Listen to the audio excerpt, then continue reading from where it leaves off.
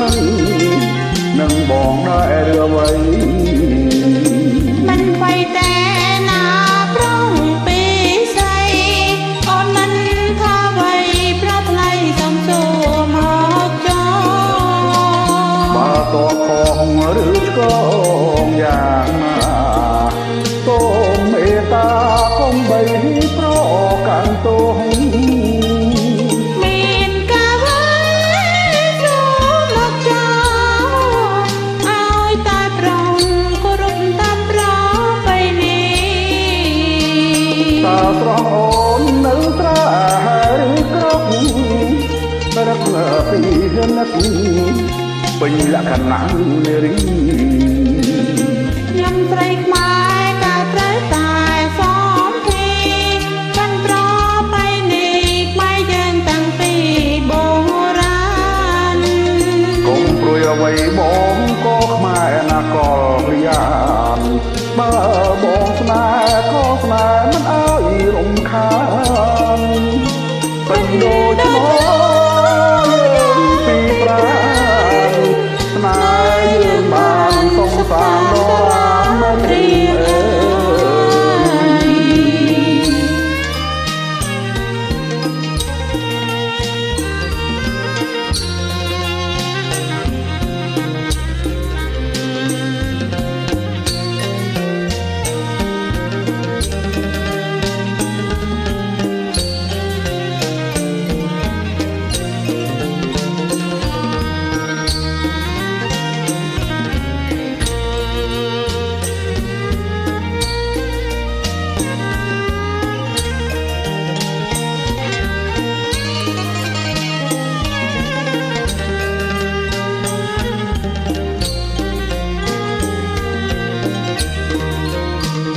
បងសូមសួរទៅការហៅប្រណិត